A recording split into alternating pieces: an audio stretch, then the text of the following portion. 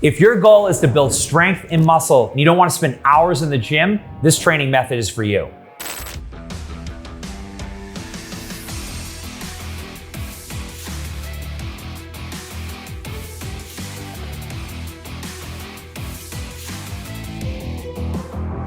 What's up everyone, Jason Brown here, the king of programming. We're talking about full body training today. I love full body training because it's efficient. It allows us to build strength, to build muscle, but also do so in a very efficient way. We don't have to spend hours upon hours in the gym to get a complete training session.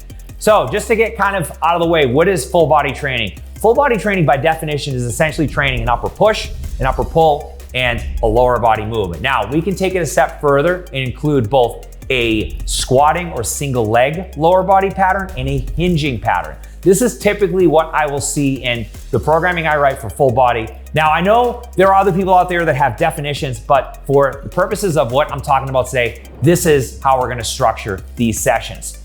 Now with full body training, it's a great fit for people that are beginners, that need frequency, that need to learn the foundational movement patterns, our squat, our hip hinge, our lunge, our push, our pull, our carry, but it's also a great fit, unbeknownst to many, to people that are very advanced. And people that are very advanced have a few things going for them. One, they know how to push. So when I say have 1 to 2 reps in the tank, reps in reserve, they're able to know what that means and what that feels like. Whereas someone that's more of a beginner doesn't really know what that feels like or what that means yet. So there's some time that it takes for them to get to that level where they understand how it feels to go that hard.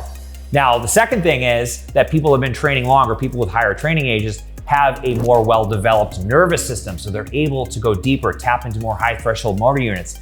This makes it a phenomenal fit, and because of that, usually people with higher training ages respond better to low volume. I've seen this to be the case for just scores of people, including myself. I switched to full body training 2 years ago from a classic conjugate split, and I'm getting better results in my 40s than I did in my 30s. And mainly because I'm able to push hard in those sessions. I'm able to go close to failure with a lot of my exercises and not be overly sore, which is another key benefit of full body training, is that you're not gonna have the same level of delayed onset muscle soreness, which we know now can take away from gaining lean tissue.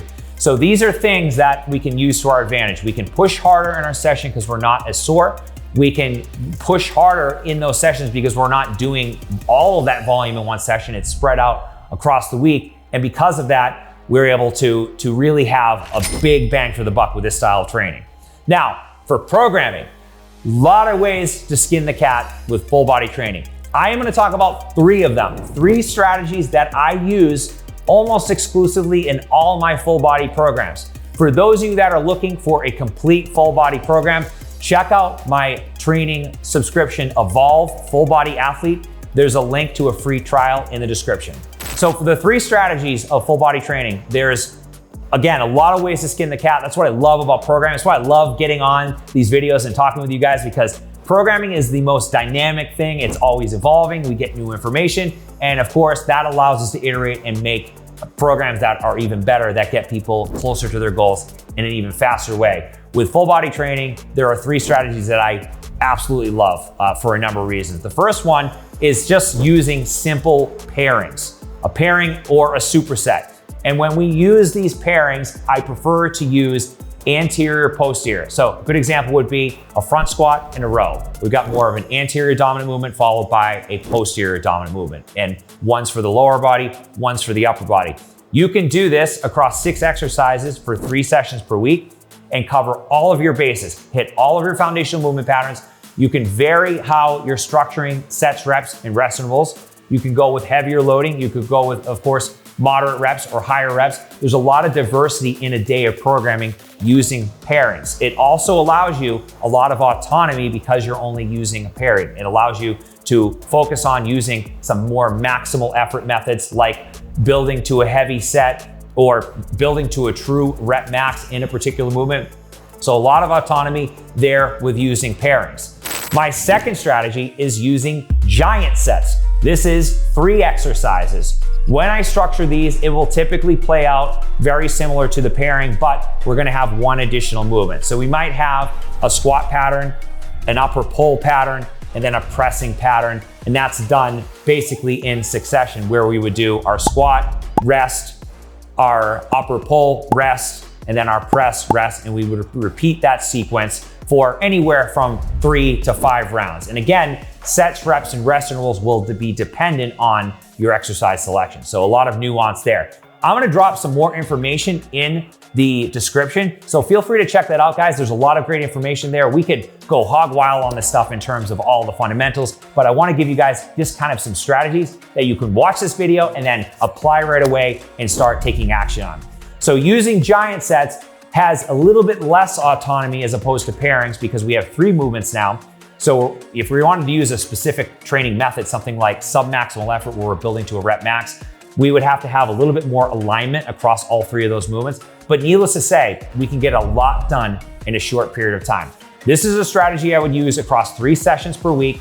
And what I would do is I would essentially have my first giant set of my bigger patterns. So again, my squat, pull up, close grip bench, something of that nature. And then my last giant set would be more isolation and abdominal work. So that's, again, kind of a simplistic view, a simplistic way to look at this. This will allow us to have a high amount of training density. And again, if efficiency is something that you need to be training, getting in and out of the gym a little bit faster, this is a great way to do it.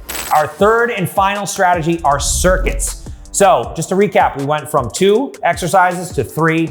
Now we're culminating with 4. A circuit is essentially doing 4 exercises in succession. We're still resting between each exercise, but now we're able to work on a little bit more work capacity, but still get in a fair amount of recovery. And I should have said on the last strategy using giant sets that we're still resting anywhere from 60 to 90 seconds between exercise. So when you get back to the first movement, you've in essence rested 3+ minutes, which will give you a level of recovery enough to sustain yourself with some heavier loads. So that's a key component of these, making sure that you have the right rest between exercises. With a circuit, now we're going with 4 exercises. So typically anywhere from 30 to 45 seconds rest. And know that the goal of a circuit is, number 1, it's gonna be the most time efficient. You can get these done in about 20 to 25 minutes and cover all of your bases. Number 2, the goal here is now to build more general physical preparedness or work capacity. This is a great strategy for someone that may be lacking in terms of just their foundational work capacity, if you will. This is a great strategy to build work capacity and do it in a very efficient way where we're still, again, covering all our bases. So I love circuits. They're a strategy that we use for specific times of the year. But again, all of these strategies allow us to essentially do something a little bit different, to have a little bit different training effect, a little bit different goal. But needless to say, the overarching theme is that we're covering all our bases on a weekly basis. So we're able to use these across 3 sessions. And on the other days, the off days of the week, maybe you're doing your zone 2 cardio on those days. So again, a lot of flexibility here. And if you're looking to get more strength, more lean tissue, and do so in a way that's very efficient, it's not gonna take you hours upon hours, this is a great strategy to use. All right, guys, that's it for today. If you have questions, drop them in the comments. I'd love to hear from you guys. And remember, results are king. If you're like me and love optimizing your health and performance, love cookies and tacos, subscribe to my once weekly newsletter, EVOLV. There's 0 pressure, 0 spamming to join, and a lot of value to gain. And as a special thank you, I'll send you a discount code to any of my training subscriptions. The link is in the description. See you on the inside.